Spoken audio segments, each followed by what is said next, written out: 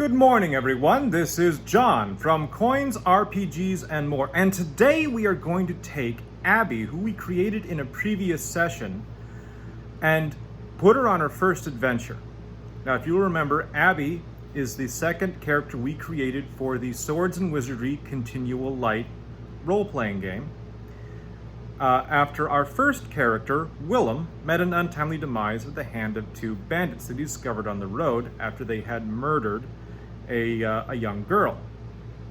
So Abby is a young, she's a young woman just starting out her life. Her mother used to be a knight, but unfortunately, due to some injuries in battle, is no longer capable of performing that job. And the family's fallen upon hard times. Abby has taken it upon herself to try to earn some gold or some money to help support the family. In order to help her do so, she stole her mother's sword and dagger and left home to start a life as an adventurer.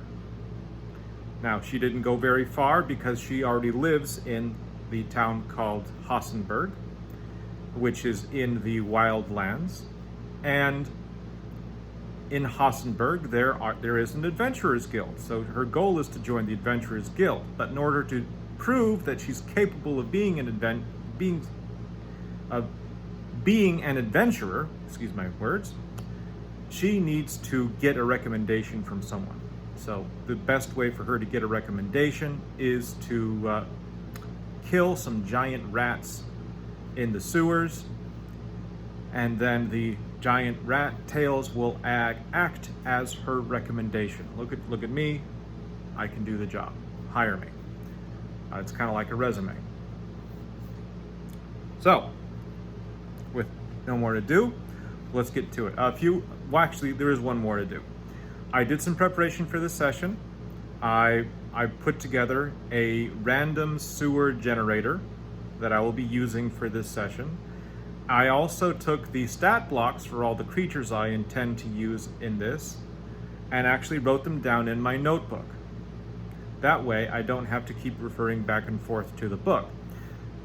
Now, one of the best ways you can do this when you are preparing an adventure for yourself, whether it's to play a game with yourself or running a game for your friends, is to put the adventure that you're running or the map that you're running and the stat blocks for the monsters that you're going to use in that adventure on the same piece of paper or on adjacent pieces of paper so that you can easily reference them without having to thumb through a book. It just speeds things up. And the act of actually physically writing it out with a pen will help you remember the stats better as well. So, let's set the scene. Abby, she has just entered the sewers. Her donkey, her precious donkey, who we named Francis, or mule, sorry, not a donkey, a mule. Her mule Francis is outside of the iron grate that leads into the sewers, in the care of a day laborer that she contacted, someone that she knew previously. Let's call him a friend, who she's paying to keep an eye on Francis while she's underground in these sewers, because she wants to use Francis to help haul out any loot that she finds. She's pretty hopeful right now. She's bright, starry-eyed, thinking that this is going to be like she's going to stumble on something amazing. So she paid one of her precious gold pieces to this man, with the promise of a second one if he's still there with Francis after she emerges. That's huge. That's like basically that's a $200 payday for a couple hours of just sitting around watching a mule. Could be great. So, Abby has entered. A cloth covering her face. Her clothes cinched tight to kind of shield her. Her cloak cinched tight to shield her from the worst of the foulness of this sewer, because this is foul. This is a job that no one wants to do. That's why there's a bounty on giant rat tails. That's why she can get paid to do this job, because nobody of their right mind would willingly go into the sewer to clean it out unless they were desperate. And in her case, she's desperate at this point. So there's a cloth covering her face. It's dark, it's dank. She has to get some light. What does she have for light? She actually doesn't have a light source with her. Her first mistake.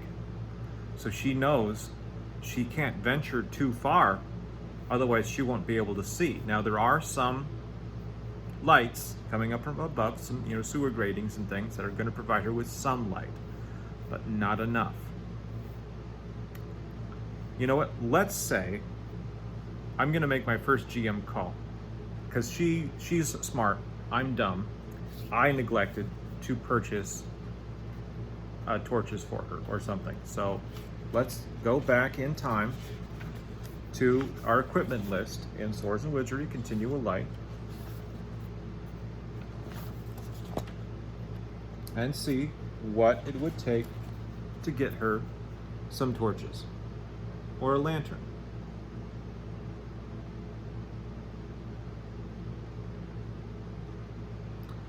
Six torches would cost her 5 copper pieces. They're pretty cheap.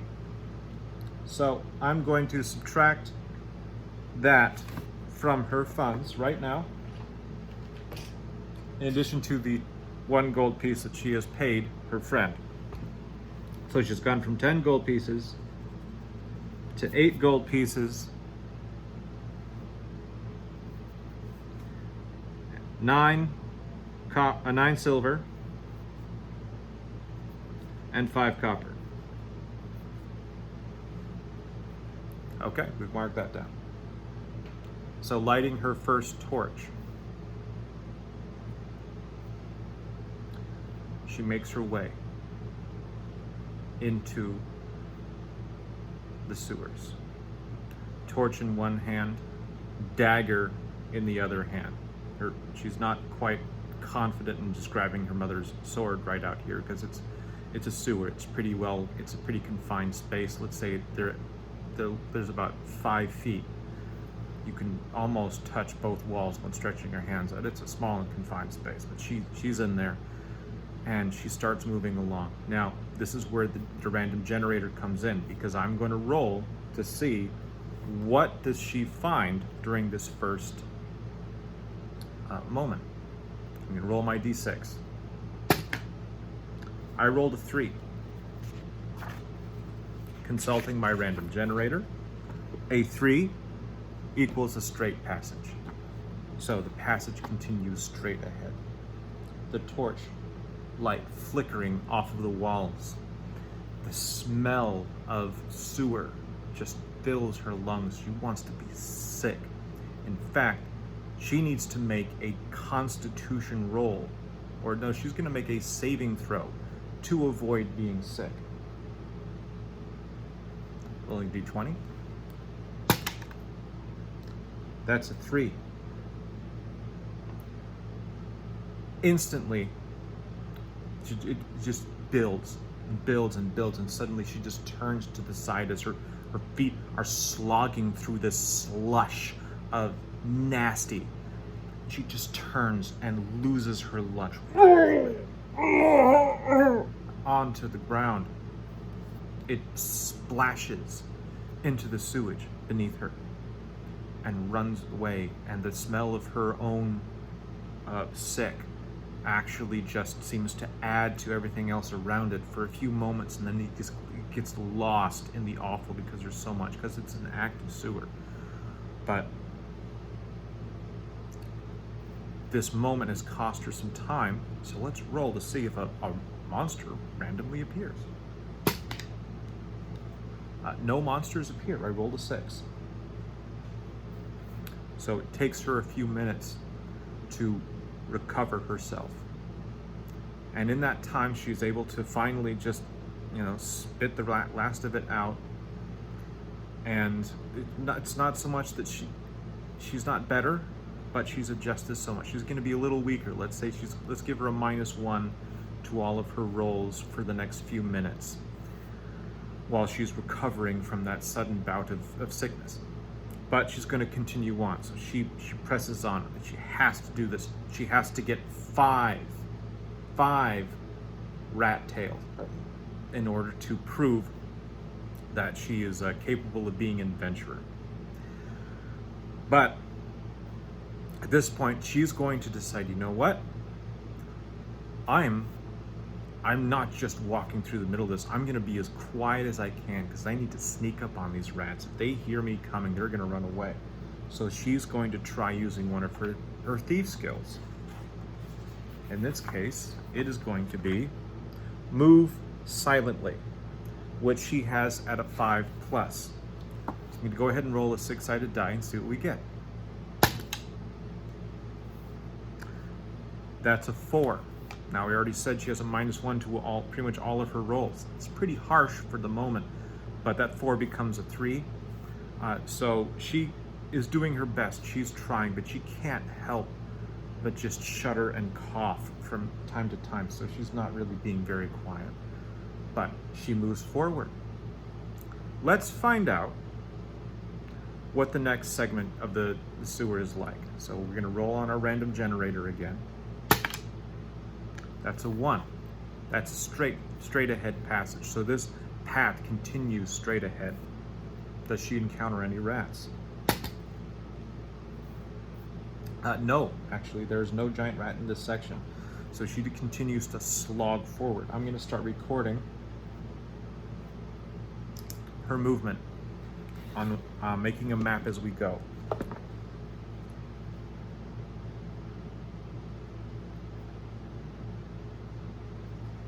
Okay, 2 straight aheads. Okay, she continues pushing forward deeper and deeper. Still feeling sick, but determined. She's a determined young woman. She's going to do this. She's going to prove that she's got what it takes. Rolling again. See what's next. It's none of the straight ahead passage. This is one long sewer tunnel. You know what? That's 3 straight aheads in a row. So we're going to now consult the random table. Oh, let's see, does a monster come first? No, monster does not seem to appear automatically. So we're going to consult the random table in our solo gaming book to see what happens. Because at 3 straights in a row, that's boring. So let's spice it up. So first roll, going to be a 5.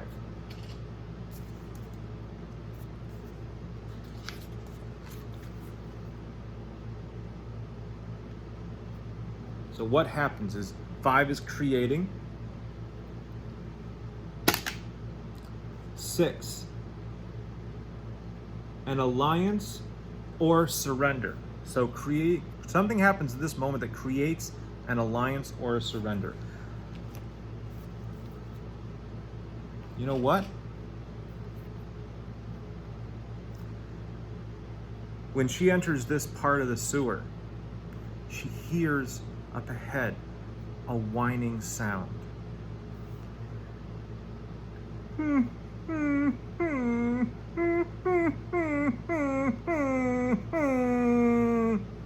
And she starts moving forward. She knows what that sound is.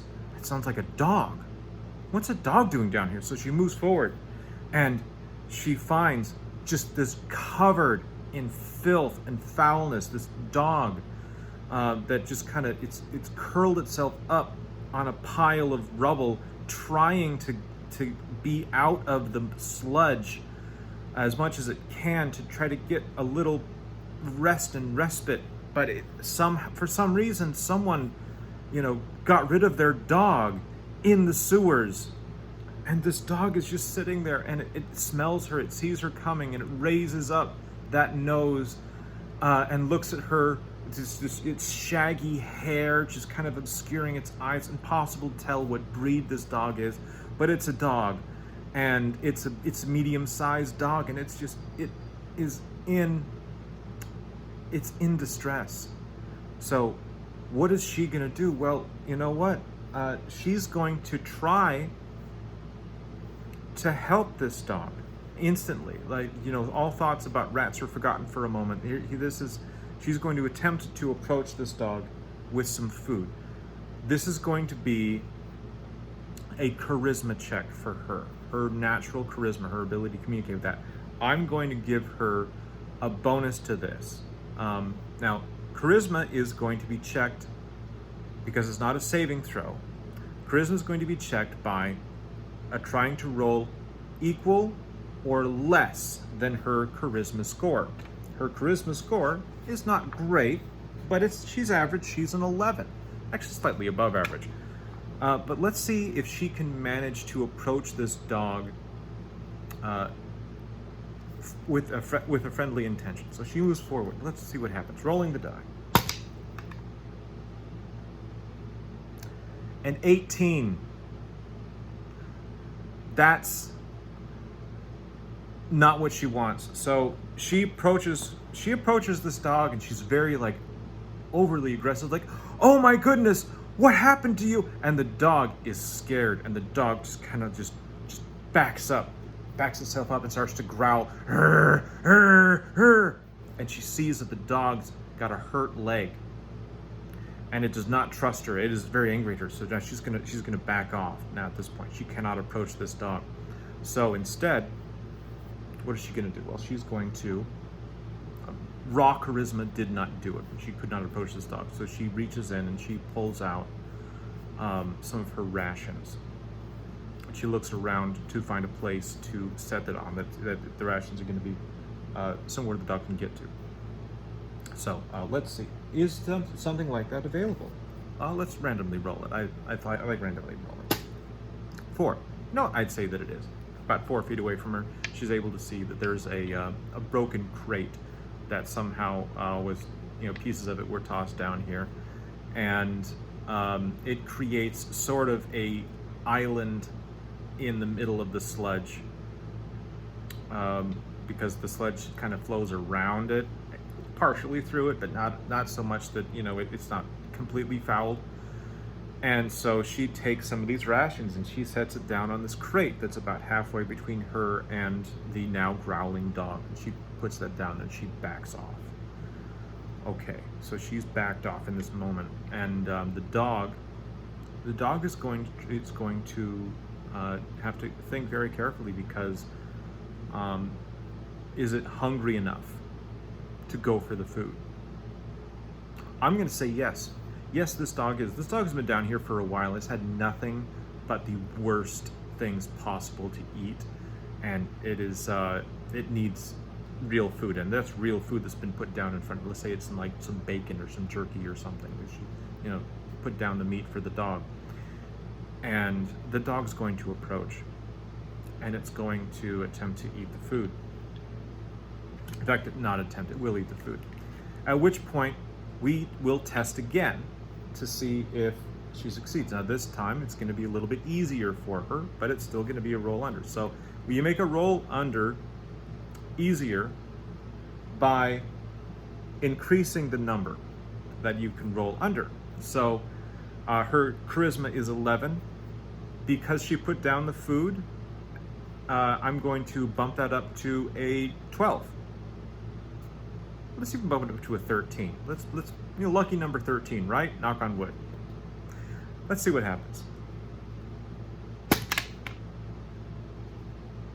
17. Okay, the dog's not having it.